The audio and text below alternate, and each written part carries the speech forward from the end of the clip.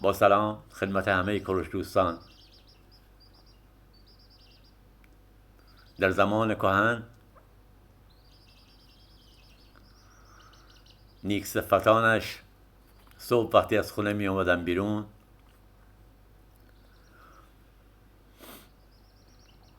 حداقل چند تا نیکی داشتن و همیشه روح بزرگانشان شاد از تربیت درست فردایشان. امیدوارم روزهای خوش به وطن برگردد و دوباره بنوازیم و بخوانیم و برقصیم.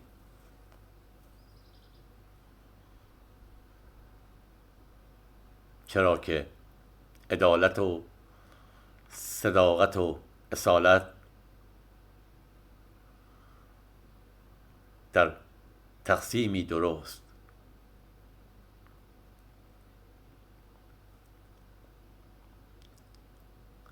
خیلی امیدوارم به روزهای خوش ایران اگر بیداران برخیزند. همه با ققنوس در آن صبح دلانگیزند.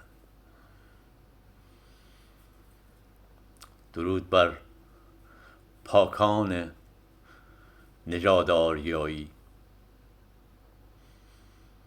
که از وجودشان هنوز مهربانی زنده است در کره زمینمان. زنده باد دلهای پاک، دلهای مهربان، دلهای باگذشت، دلهای خواهان صلح، دلهای خواهان همدردی. شما همه از تبار آریایی هستید.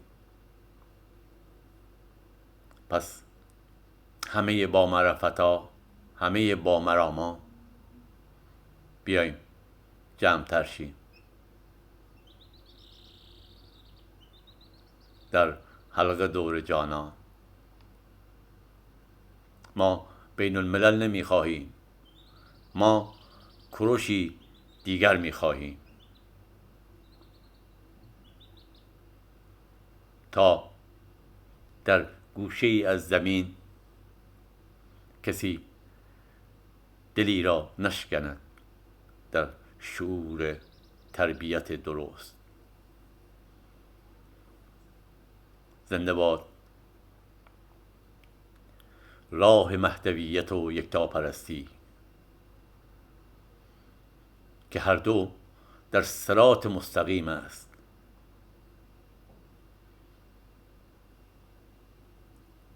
ما پیروز میدانی اگر جمع میهن دوستانشان دوباره فرمانده آریایی بگیرند تا اوضاع وطن رنگ لبخند بگیرد. مظلومی از جویبار.